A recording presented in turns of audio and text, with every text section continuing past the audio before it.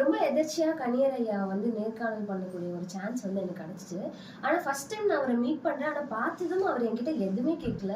என்னோட date of birth கூட எதுவுமே கேட்கல. என்னோட பெயர் வச்சு மட்டுமே அவர் எல்லாமே சொல்லிட்டாரு. என் லைஃப்ல என்ன நடந்துச்சு, இதுக்கப்புறம் இதெல்லாம் வந்து நடக்கும். ஸோ இதுலலாம் நீங்க வந்து கொஞ்சம் எச்சரிக்கையா இருக்கட்டும். அதே மாதிரி என் உடம்புல இருக்கிற தழும்பா இருக்கட்டும், மச்சமா இருக்கட்டும், அது எல்லாமே ரொம்ப கணிச்சு அது எப்படி சொன்னாருன்னே தெரியல. ரொம்ப ஆச்சரியமா இருந்துச்சு.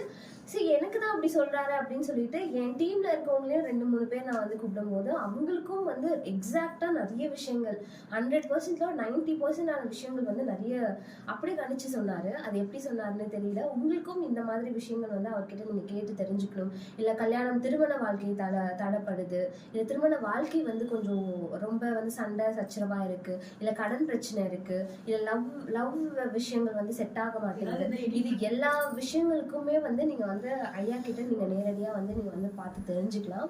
வெற்றிலை வச்சு கூட வந்து நிறைய விஷயங்கள் சொல்றாரு. குடும்பத்தை பத்தியான ஹிஸ்டரி அப்படியே அந்த வெற்றிலை பார்த்தே சொல்றாரு. யார் யாருக்கு என்னென்ன நோய் இருக்கு, என்னென்ன பிரச்சனை இருக்கு அப்படின்னு.